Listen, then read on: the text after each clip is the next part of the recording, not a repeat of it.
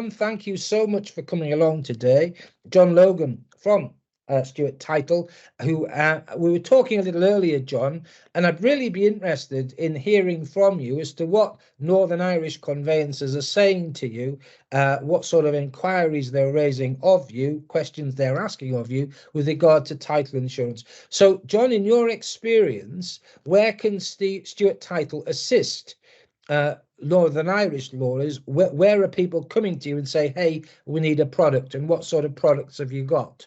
So if we can start with, say, something like adverse possession, John, do you have a product for adverse possession? Has anyone asked you about adverse possession issues? And if you can share with us your knowledge and expertise on that topic, that would be brilliant as a starting point.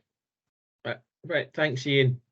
First thing I would say is I'm not an expert on Northern Ireland property law, far from it. Right. I'm a Scottish qualified lawyer, and I've been in private practice. I was in private practice for in excess of 20 years, and I've been involved in the title insurance industry for well over 20 years as well. So unfortunately, I'm not an expert, but I was discussing earlier with Ian the types of regular inquiries we get across the desk here, and adverse possession is obviously one of them. And one of the issues that we see with adverse possession is that in a lot of cases you're then seeking to try and rather than simply relying on adverse possession, you're seeking then to get the title, the defective part of the title registered. So we can look at that on occasion. So whether it's either adverse possession or the issue of registering the title and possibly getting some sort of qualified possessory title and as a result of that. Our concern with a lot of these ones is that there could be publicity from the land registry as far as people applying to register title, which a title to which they've got only an adverse possession right. So that's an issue we've got with it. What I'm noticing at the moment, and I wonder if anybody else is seeing this, I'm sure you are, is that it's taken quite a while to process CFR type applications. So it seems to me that CFR applications are probably taking 6-9 months, maybe a year, and it'd be interesting to see what aspects of that give you difficulty. The analogy that we've got in Scotland is, and we don't have it very often, but somebody applies for registration, there's then a further application to lodge some sort of charge over the property. That's then discharged, and there's a sale, and there's another charge, and there's a whole chain of title waiting on the first registration application being processed to allow the others to flow. So there's obviously issues there. The other matter, a couple of matters that Ian and myself raised, and one that Ian raised separately. We look at build over agreements. It seems that build over agreements are a real problem in Ireland. And we do most of these online, and they can be done really cheaply and really quickly online. So it's worthwhile having a look at our build over agreements. The easy way to access those is if you are online with us and are signed up to Stewart Plus, Stewart Online. You can easily access it, and you can get a policy right away. One of the other matters that Ian raised was the regulatory side of things, and what we can do. We've done it in Scotland, and what we can do if you're interested is we can basically run through title indemnity policies. And what I've done is I've basically looked at our competitors, for want of a better phrase, our competitors' offerings, and compared them with what we do. And we've got a very general talk on policy wordings, what they mean. You know, there's things like non-invalidation clauses. You see all these things in policies. It's worthwhile just somebody running through, confirming what they actually mean, so that you are clear on what the policy wording is saying.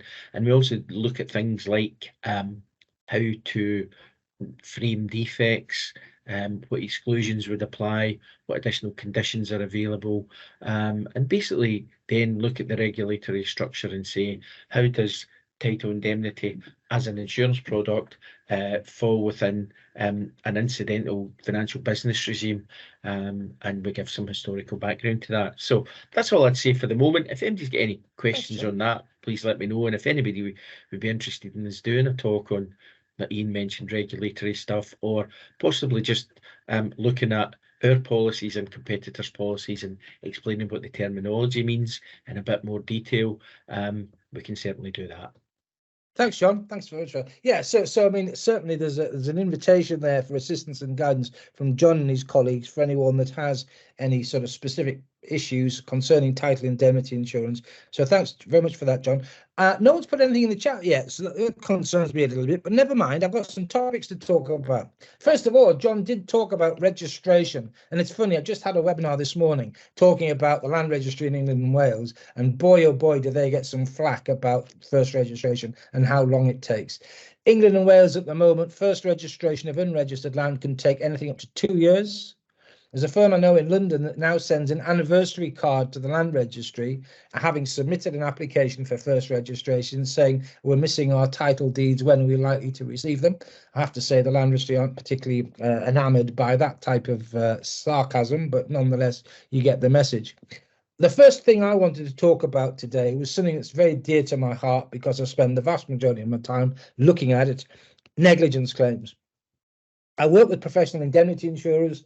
I work with one of the biggest professional indemnity insurers brokers concerning negligence claims. And I've just last week had a couple of meetings with those brokers to discuss what's causing negligence claims in residential conveyancing. And this is throughout the United Kingdom. So what's causing problems? Well, 5 or 6 years ago, the interesting thing was that you were seeing the sort of end, really, of the majority of cases being procedural errors or mistakes being made with regard to the conveyancing process, failing to register in time, missing search results, etc., not doing searches. These days, more and more, it is a failure to effectively communicate. So the first thing I would ask everyone is, how many people work for firms that have a standard report on title that goes to our buyer clients? Second question is, have you got templates for the provision of information in a report on title? Secondly, and importantly, when we're onboarding clients, what do we do about scoping our retainer? Because again, that's something that insurers are very interested in. So if you can, don't be shy, as I say, you can answer anonymously however you wish. But as far as reporting on title is concerned, do you have a standard form of report on title as a residential conveyancer that you are using in your firm? Can I tell you that I come across some firms where each office has their own form of report on title? And I was with a firm last week, and each fee earner within each office has their own form of report on title too, and insurers are terrified about that. As far as the retainer is concerned, it is essential that you tell clients what you're doing, but also what you're not doing. So when was the last time you looked at your retainer? What are you doing with regard to ensuring that your client, if I instruct you to act for me in connection with the purchase of a flat or an apartment or property, how are you confident that I understand what you're doing and not doing?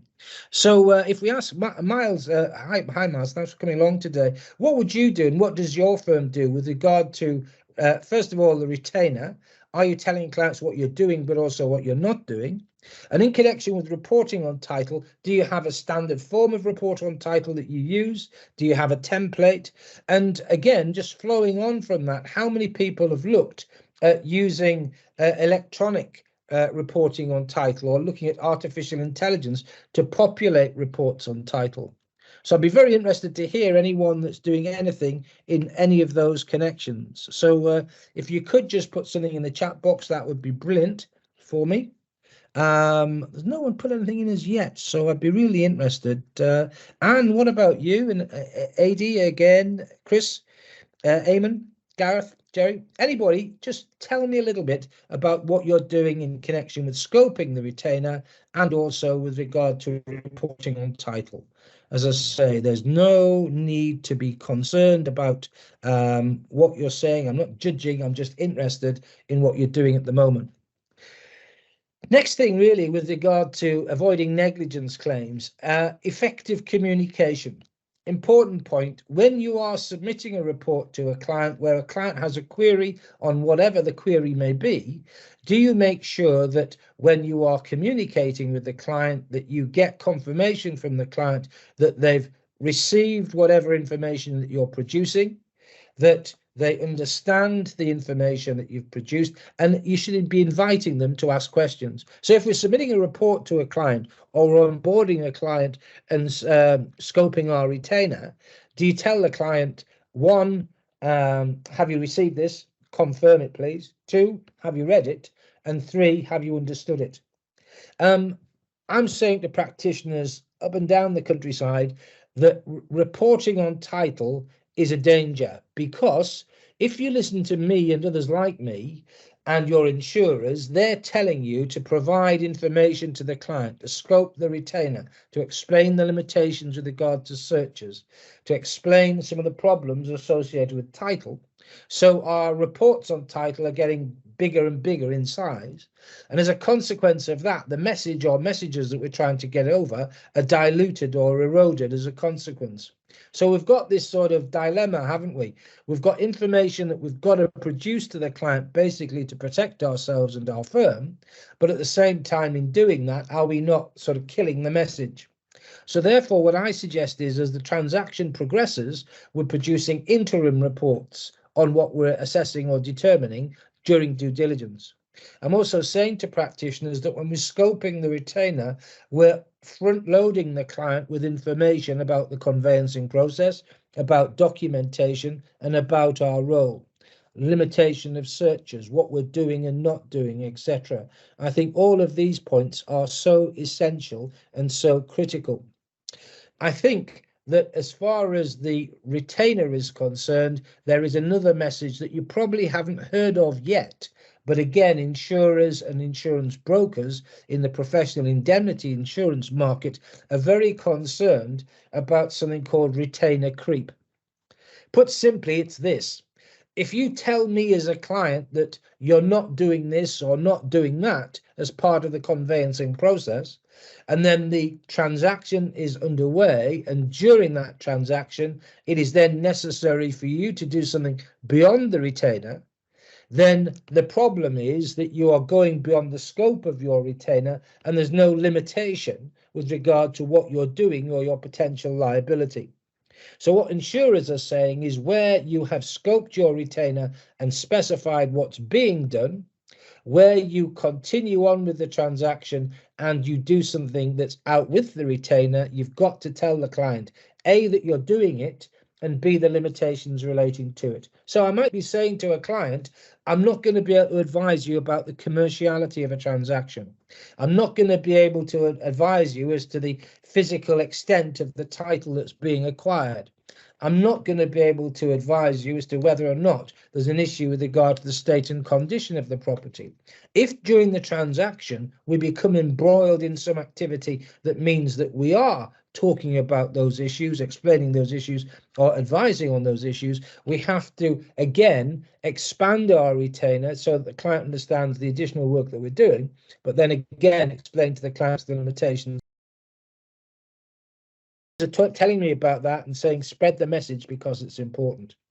So two things. One, be careful how we communicate with clients, and two, be careful about what we're saying in the retainer, what we're doing and what we're not doing, and manage and monitor the retainer as the transaction progresses.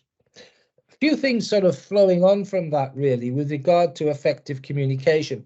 Do you provide clients with information sheets about the conveyancing process? I know that there's guidance from the Law Society, etc., that you could utilize, but a lot of firms will produce an information sheet or flow charts for clients that show the process and show the documentation. I think that's useful, and give that to clients at the start. I think it's important to understand that as the transaction progresses, the issue of informed consent is important. Namely, that clients can only properly consent to a process, only consent, for example, like John was saying, to your taking out a title indemnity policy where there's a title indemnity problem, if they understand A, what the problem is, and B, what the policy does.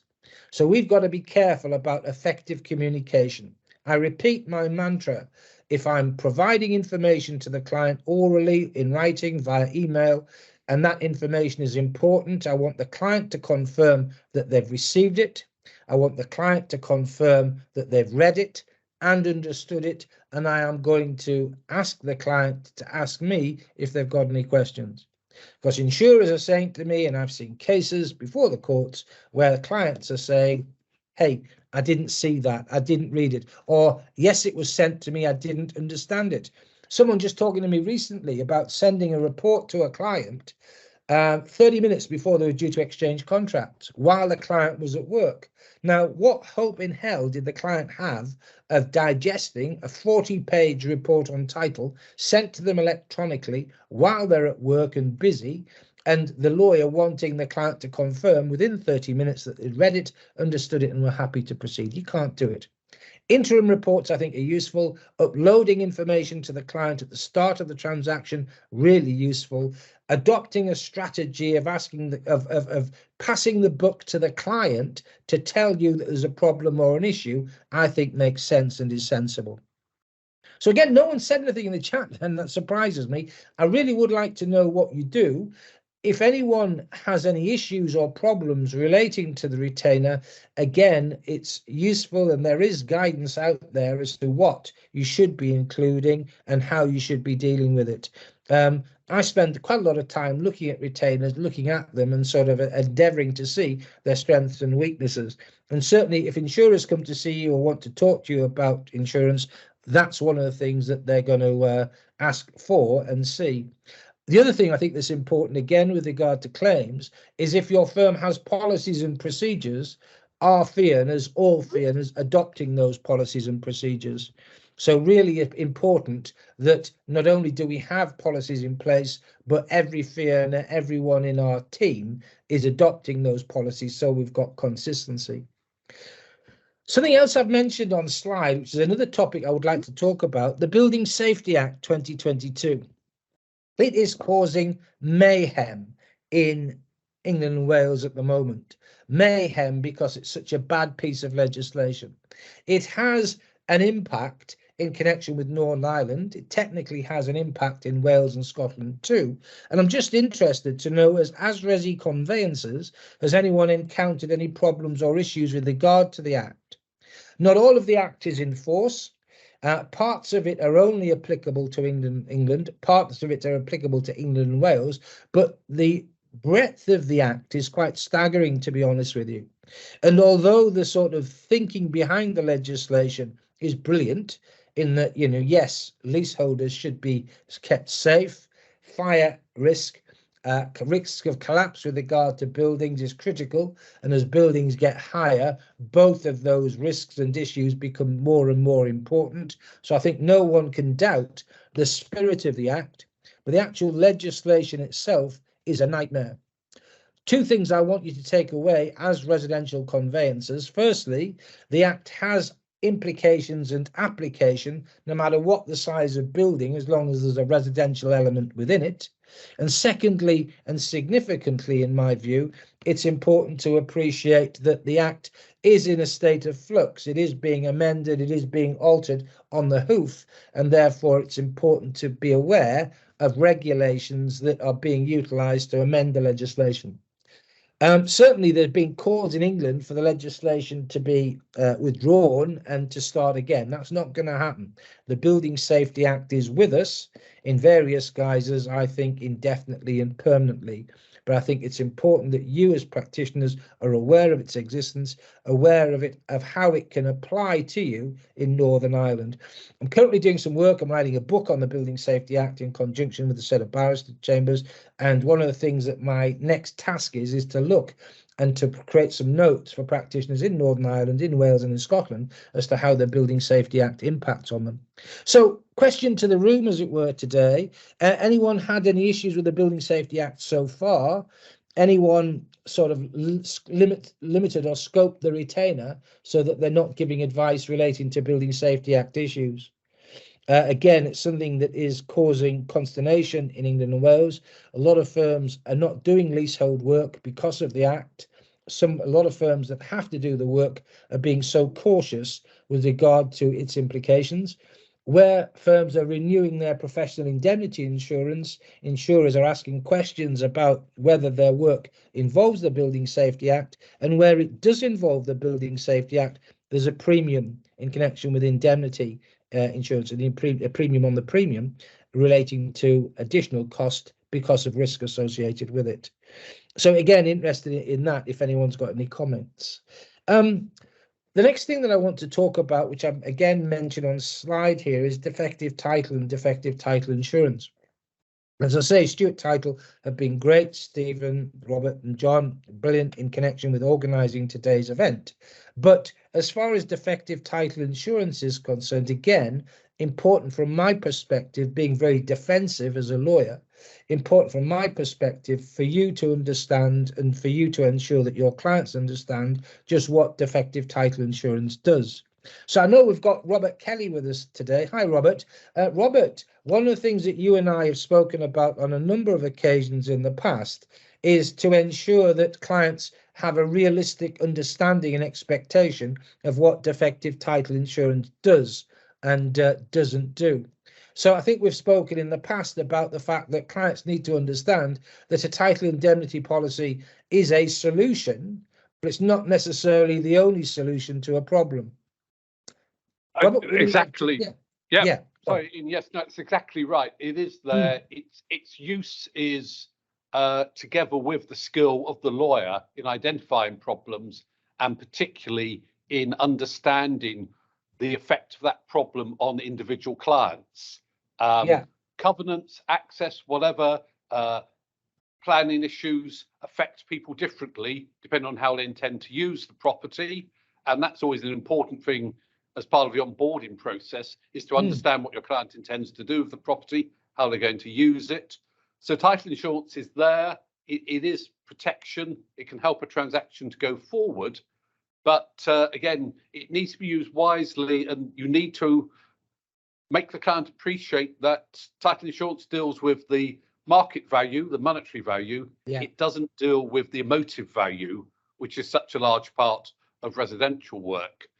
Investors, lenders may only be concerned about money, but you've chosen a house because it's in the area you want to live in, it's close to family, whatever, and title insurance can go a long way to protect you there, but you still need to understand that personal emotional effect on there. And I think that's part of the job of lawyers and us as insurers, is making sure that information is available so that the benefits are clear, but it's not presented as a magic wand to solve all the problems.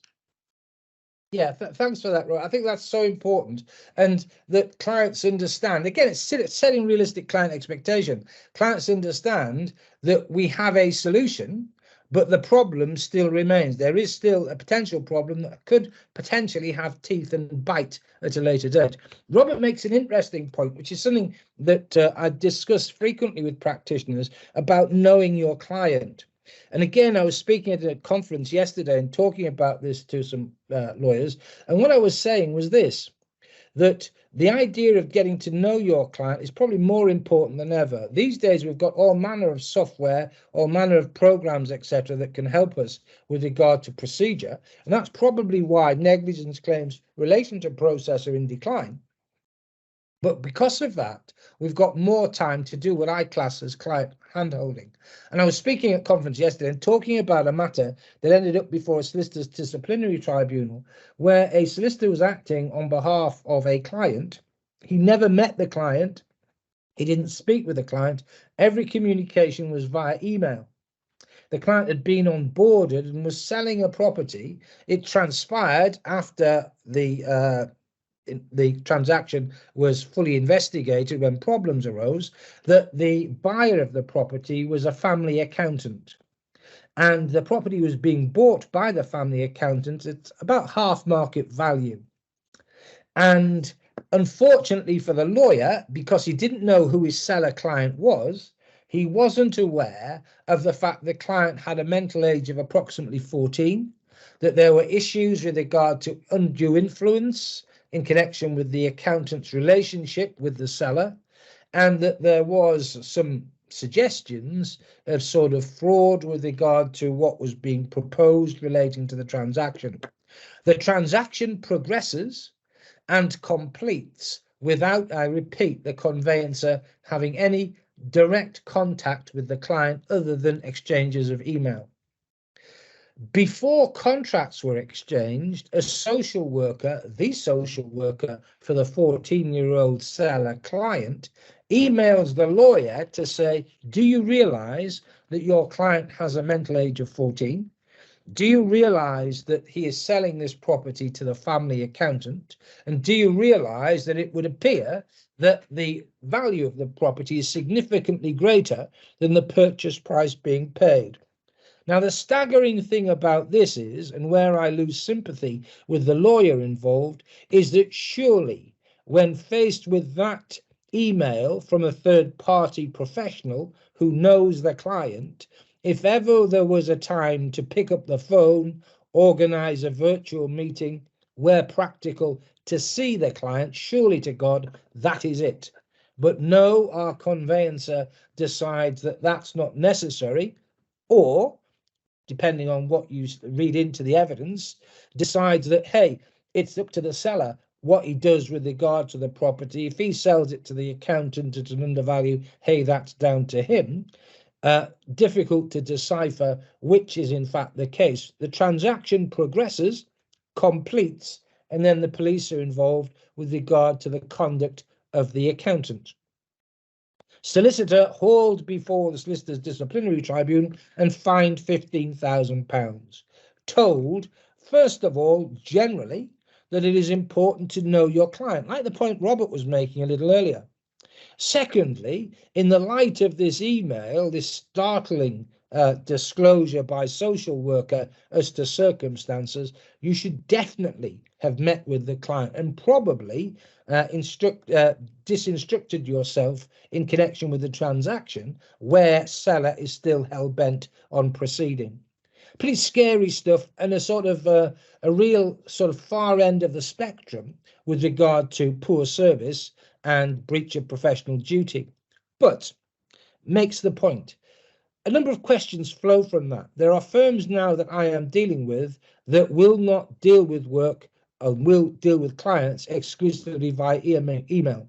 That their policy is that in circumstances where they're dealing with a distant client, at the very least, there is a virtual meeting of fee earner and client so that steps and measures can be taken to verify client's identity, to verify client's objective, and to get to know the client. So where there is a capacity issue, for example, that can be identified and hopefully resolved. That wherever possible, fee earners actually physically meet the client. Where clients have the potential to be subject to undue influence, elderly clients, etc., that any form of meeting takes place with the clients alone, and that caution is exercised in when a firm is acting for collective clients. There isn't such a thing as a collective client. If you're dealing with Mr. and Mrs. Smith, then you are dealing with Mr. and Mrs. Smith as individuals. If they have a common purpose with regard to a sale or a purchase, it is safe to act. But these are two individuals with different attitudes to risk, different levels of understanding, and therefore they have to be dealt with as such. So from an argumentative perspective, can I send one engagement letter out to Mr. and Mrs. Smith, or should it go out to both individually, where I'm giving advice about ownership of the property? Again, can I send one email out to both, or must I communicate with them individually? It depends on the circumstances. Important, however, where you have a situation, and this is not uncommon, where a client says, look, I'm really busy at work, my husband works from home, or my husband or wife is easier to contact, therefore deal with them rather than me. 2 points. Point 1, it's imperative that you speak to the client that doesn't want to be communicated with. Sounds crazy, but bear with me. To check that they are happy with what's being proposed. 1. 2, that no matter what, where there is an important communication to be sent to the client, it is sent to both. And what I advocate, because I've seen nightmares where husband has girlfriend that impersonates spouse for this purpose.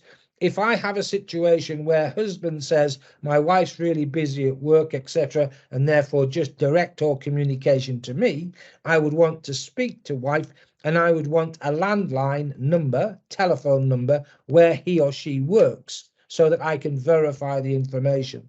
I wouldn't want a mobile telephone number on the basis that I don't know who's on the end of that telephone. So again, this issue of client verification, client identification, important. Dealing with the clients as individuals, important.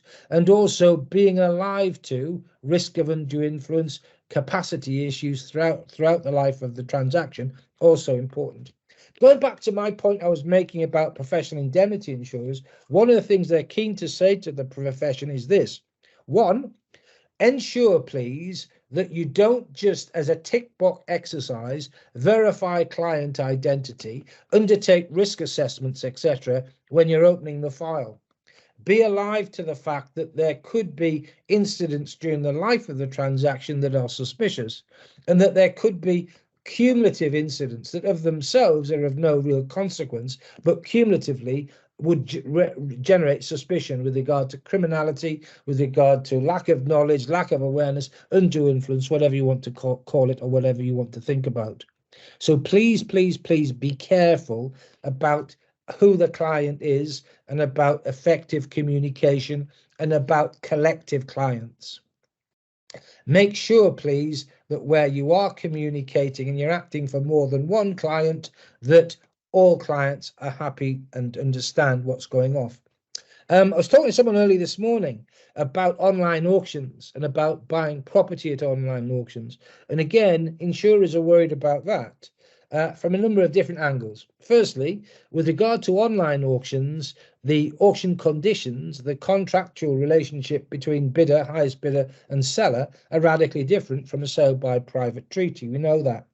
With online auctions, we could have a situation where auction conditions vary, you having acted for a prospective buyer, having given advice as to title, etc., or given advice with regard to auction conditions, and those auction conditions alter after the advice that you've given has been given.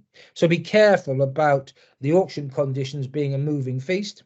Be careful about making sure that clients are aware of the auction process. And this is the important point. There's been a case recently where a family and friends got together in order to buy an investment property, and they nominated one of the group to be the bidder in connection with an online auction. During the online auction, the bidder quickly became aware that the price that he was bidding for this property was way under market value, and realized that this was potentially a bargain, and also realized that he didn't really need friends and family to generate the cash to facilitate the purchase. So surprise, surprise, he becomes the highest bidder, and surprise, surprise, decides that this is too good an opportunity to share, and therefore says, I'm the buyer, I've bid for the property, it's mine. The remainder of the group, some family, some friends, the friends decide to sue on the basis that no, there was in essence a partnership, a joint venture that had been agreed by them early on, and that this guy was bidding as agent for the collective, if we can call it that. The interesting thing about that is that as far as those proceedings were concerned, the parties that were party to the joint venture were successful in their action as against the successful bidder, but they had also joined into the proceedings the lawyer that was acting, on the basis that the lawyer was acting for the collective and not just the bidder itself. There was then issues about whether the lawyer had undertaken the appropriate checks to verify identity, etc. So be careful in those circumstances. Who is the client? And in particular with online auctions, transactions by way of private treaty, where you have a collective involved, it's important to verify ID of anyone that becomes a beneficial owner, and it's also important that we communicate what is revealed to us relating to title. The last thing I've mentioned on slide that I'd like to explore, how are we finding the Solicitors Practice Amendment Regulations 2018? Are they satisfactory? Are there any sort of practical implications, or are there any sort of walk around points that we need to discuss or explore. I'd be very interested to know what everyone has to think about them and what their views are. So again, I'm surprised we haven't had any comments as yet. And what I didn't want to happen was me droning on, and that's unfortunately what has happened. So has anyone got any views about solicitors' practice amendment regs? Are they working? Do we think that they need revision? In practice, are we finding that we've got to come up with walkarounds to try and make them work satisfactorily? What do people think about it? I'd be interested. While I'm waiting for a response to that, are there any sort of burning topics that are causing problems or consternation for residential property lawyers? I'm of the view that there must be, because of the number of people that have signed up to attend today. So I'm really interested to know if there are burning topics. I'm also really interested to know about what else you'd like to talk about in connection with future events. Following on from what was said in Scotland, what are you finding with regard to software case management systems? Have you got them? Are you using them? Are you happy with them? So again, I'm very interested in that. Certainly in England, what we're seeing is search companies that are now saying we need to provide additional facility.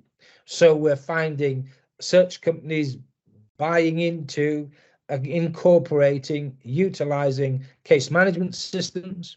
And we're now finding that they're also offering electronic reporting on title. So the report on title that a lawyer can produce can have a lot of pre-population, courtesy of searches, etc., that are being undertaken as part of the conveyancing process. The other thing that's a hot topic in England at the moment is the provision of upfront information, the sort of resurgence of the Home Information Pack. And again, there's quite a lot happening on that. Again, I'd be very interested to hear what your views are relating to it. Other things, fees for conveyancing. Interesting point. For the first time this year, I've seen a decision of a county court judge who has said where clients are paying for a basic conveyancing service, in other words, they're paying a cheap fee for the conveyancing service, they can only expect a basic level of service.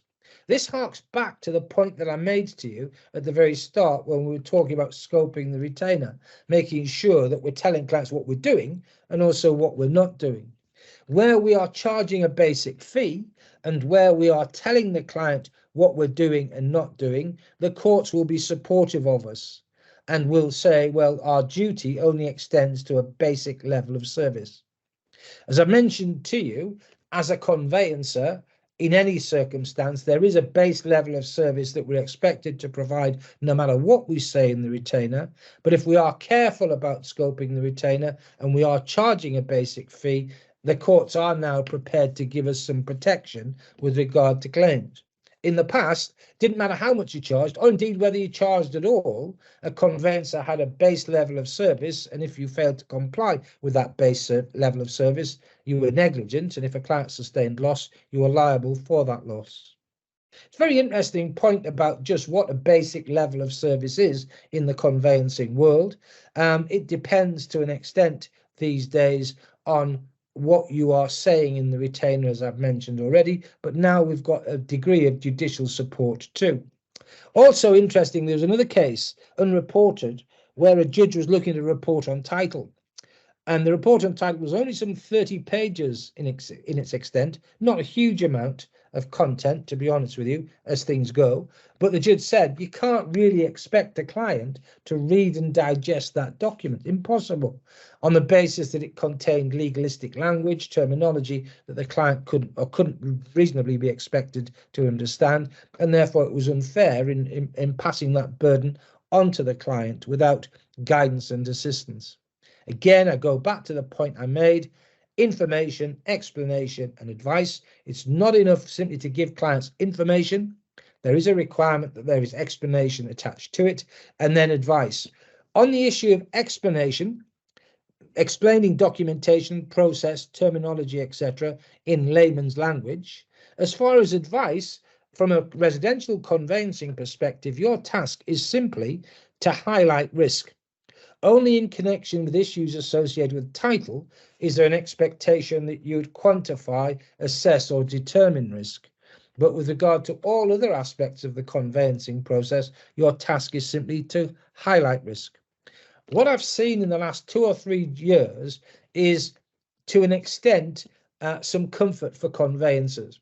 In the past, I've seen the judiciary being very harsh, in my view, about negligence claims against conveyancers, where a client is saying one thing and a conveyancer is saying another. Unless the conveyancer has a file note or an attendance note to support or endorse what they're saying, frequently the court will side with the client on the basis that there isn't a contemporaneous record of what was said in that meeting or attendance, and the client is saying you didn't tell him about this, or you didn't properly explain that, and you're saying, well, you can't remember, but you would have explained this or explained that. In those circumstances, the court will fall on the side of the client frequently.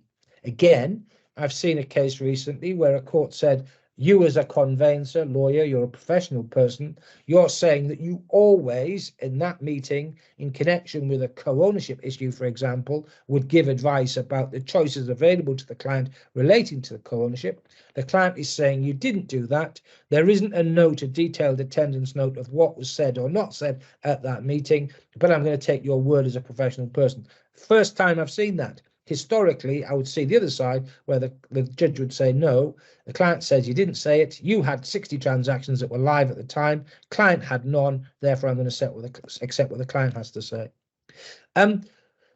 Number of other points really to note really before we finish today. Climate change and advice relating to climate change. Really interesting on this. Don't know if you've seen it. Law Society of England and Wales has given guidance to the legal profession in England and Wales about climate change.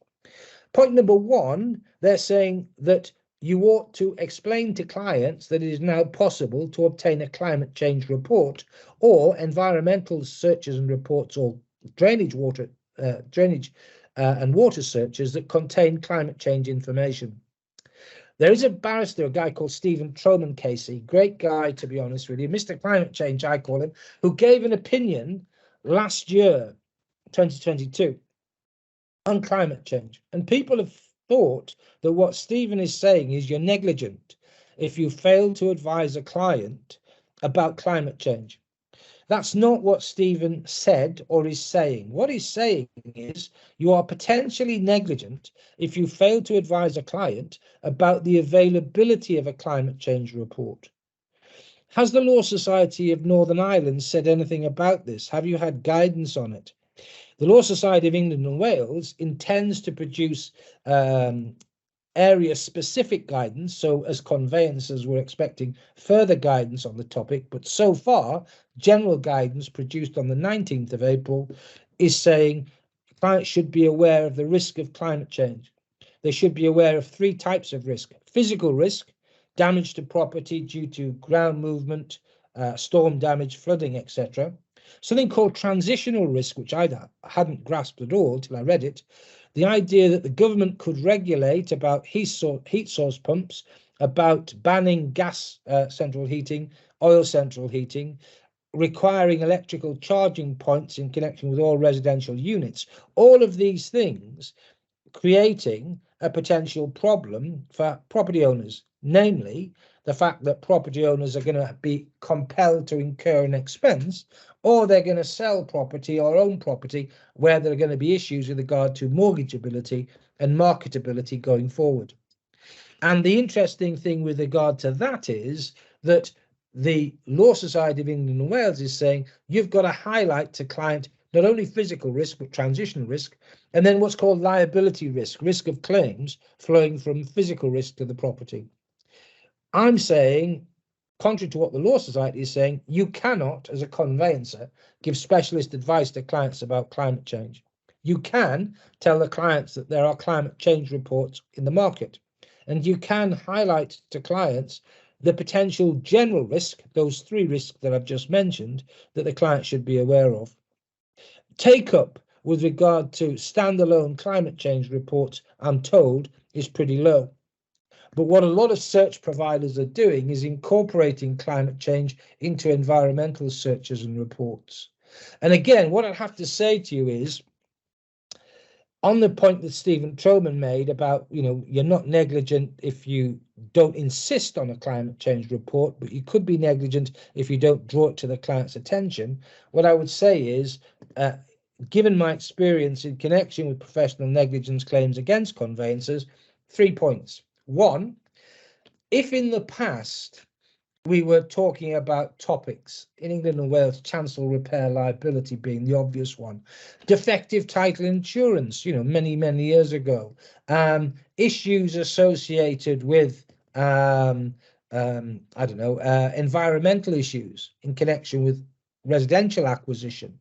Years and years ago, as a conveyancer, I wouldn't be concerned about any of those issues. But all it takes is one case where a solicitor is sued or a conveyancer is sued as a consequence of failing to advise, failing to spot, failing to suggest or advise, and all of a sudden a whole new industry is created. And therefore, I do think you need to be on the game with regard to climate change. I do think you need to be aware of telling clients that there is a product out there that could provide assistance or guidance. But I think that's as far as it goes. Really interesting stuff. If you're interested in wording for report on title or retainer, there was a report called a Mari report years ago, where someone came up with some wording for lawyers to give to clients that excluded liability in connection with a failure to advise about climate change issues. And I think if you look at Stephen Troman's opinion on climate change, I think is available on the Groundshaw website. Don't know if you know Groundshaw. If you search Groundshaw, they're a sort of an environmental search company. You can see what Stephen Troman's got to say. I think that wording may also be available on their website too. So climate change, to be honest, in England and Wales isn't much of an issue for practitioners. They're not bothered about it thus far. They're far more bothered about the Building Safety Act than anything else. I must spend 80% of my time dealing with Building Safety Act issues and queries. It really is a mess. So climate change, as I say, although on the Law Society agenda, isn't of much concern.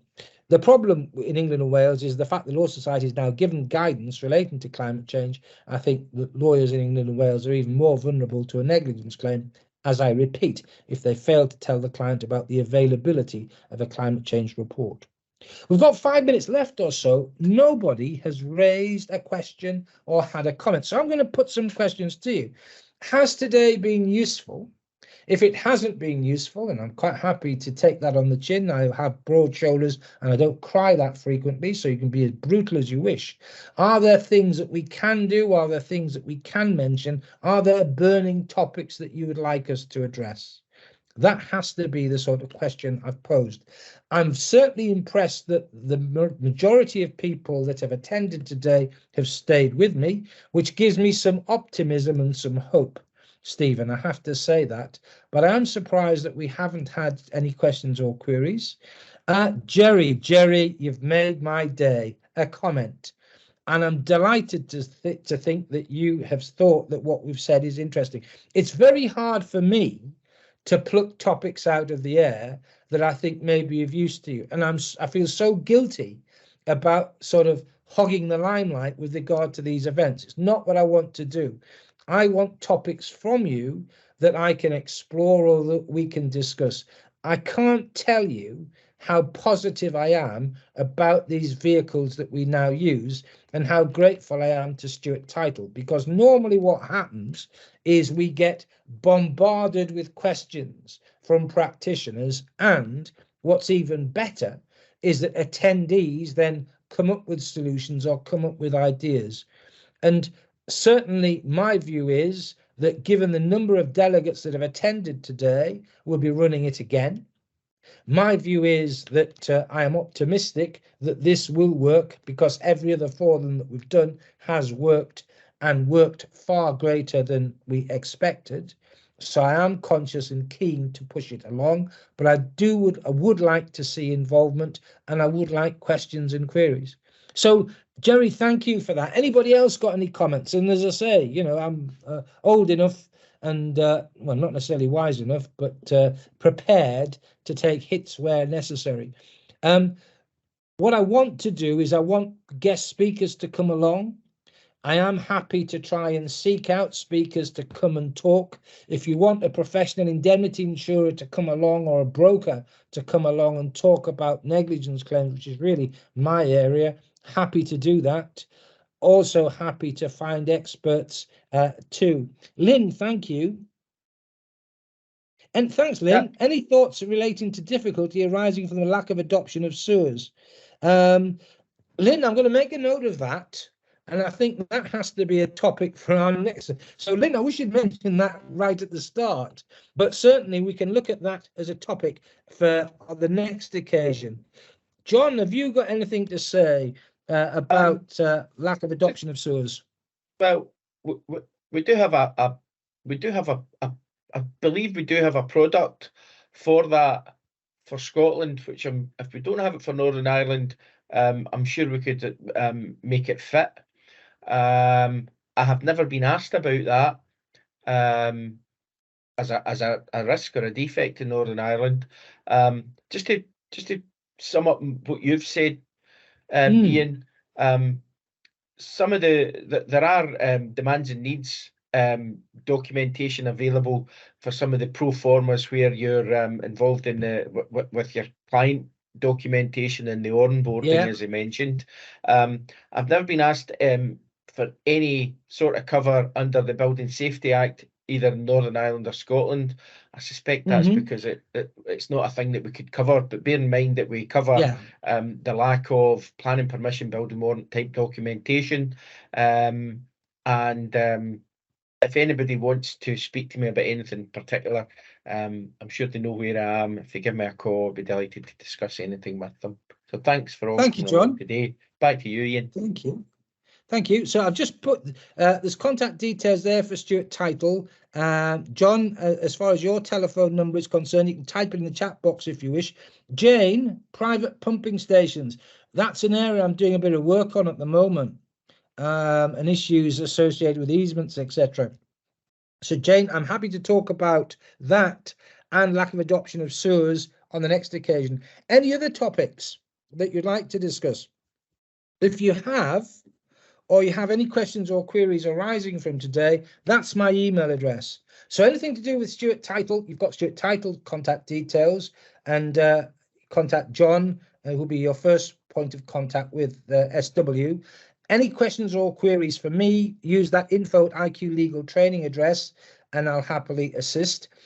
I would like to, and again, it depends on demand, I would like to organise a face-to-face event in Belfast in the springtime, because as I say, when in my central law training days I used to go over to Belfast, it was brilliant, loads of people attending, loads of interesting things to discuss. Happy to do that if need be, but we certainly will be organising another forum given the number of attendees today. It's been a bit slow, I make no bones about that, a little bit disappointing as a consequence. Delighted that we've had some questions, Lynn and Jane, albeit right at the end of the event, but I'm taking positives from this. We'll be back. Let me know if you've got questions or queries for the future, and we'll see you soon. Thank you indeed once again for coming along. John, thank you for your time. Stephen, Robert, thank you from Stewart Title for coming along as well, and we'll speak soon. Thanks everyone, have a good day. Thanks. And stay Bye. safe. Thank you, bye-bye.